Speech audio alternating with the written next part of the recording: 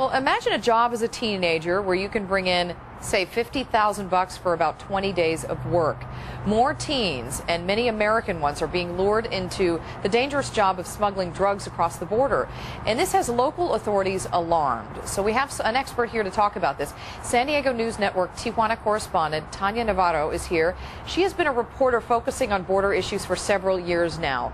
And she's here to kind of talk about this teen smuggling, and this is alarming when you think that you and I were talking in the break. How many teens and how many Americans are involved in this? Yes, most of the kids that are involved in this, they are Americans. As I mentioned, they are American kids that were born in the United States but been raised or grow up most of the time in Mexico. When did you start seeing a spike in this in your reporting background, where more teens were the ones who were coming across with drugs, that members of the cartels were kind of targeting them to help them? Yes, this happened, the rise of this was on 2008. In 2007 there weren't so much cases of this, and they were most in adult people.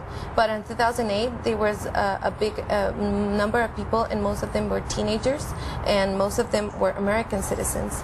This is because the drug smugglers are telling the kids that you're young or you're a teenager, you're under you won't the get age, into much trouble. You won't get into much trouble because you're an American citizen, you don't have a visa or something to risk of. But it's not true. It has to be hard for the Border Patrol because there are so many students who come across from Mexico every day to go to school here in San Diego, and that now they have to kind of scrutinize them in a different way. Yes, and the clothes on them, it's also risky because you see that most of the kids right now wear like baggy clothes, and that's where they hide the drug. The drug carriers strap drugs between the stomach, the back, or the legs, and then use some baggy clothes to try to hide it. And that's typically how they do, and they go across the pedestrian way? Is that how it usually works? Yes, it's how it works. My gosh, so I did read about this one teen who, he met some kingpin at a party, ended up smuggling drugs, making $50,000 for 20 mule runs. And is that how they kind of typically lure people? You know, you wonder how members of the drug cartel even get in touch with these American teenagers. With kids. Obviously, the negotiation goes south of the border in Tijuana or somewhere out of the country. The negotiations takes place there.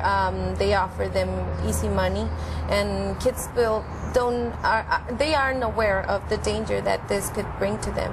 What are the consequences then? Because obviously, with everybody talking about it, there are more being caught. Yes, they can go to jail even if they are under the age. If they are teenagers, they can go to jail. They can be prosecuted on the state court. If they are adults, they could be on federal court for smuggling drugs. Not to mention the danger of just being involved with drug cartels across the border. Yes, it's very, very dangerous. And also, if they get caught, they can have that criminal record and in their history that will cause them problems when they grow up and they want to look for a job or apply to a college loan. It's going to bring them problems. How big of a problem is this? I mean, what do you see on a typical weekend? I mean, how many people have you seen or reported on that have been involved, and how young? The age, it's very, very hard to say because you see kids from 12, 13, 14 years old that are smuggling marijuana, cocaine, methamphetamines, crystal meth, heroin, and this is, I mean, very, very dangerous because they are kids. Now, we've just heard about this warning about college students going over across the border, and you do this on a daily basis. Your job is pretty dangerous considering what's happening there. My sister-in-law is also a reporter in Mexico, and I know that she is always talking about how they move her from Mexico City to El Paso, right in time for the garbage truck. But anyway, but it's very interesting. So you watch this so closely. Are you afraid in your job? I mean, do you hear when journalists might be targeted, or? Yes, it's being a reporter or journalist in Mexico. It's one of the most dangerous works.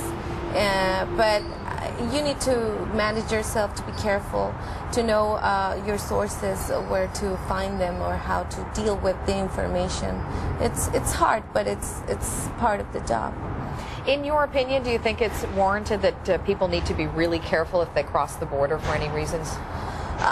Specifically in Tijuana, there are some areas where you always are going to get more trouble. or Tijuana and Rosarito and Ensenada, they have a very touristic place where people can be safe. But it's just to be, like in every big city, you need to be aware of the danger. All right. Hey, thank you so much. You work for San Diego News Network, so you're a partner. CNN.com. Yes, so we hope to talk with you soon. Thank you so much. Tanya. Thank you so much, Linda. Well, for more information, go to san diego6.com and click on Hot Topics.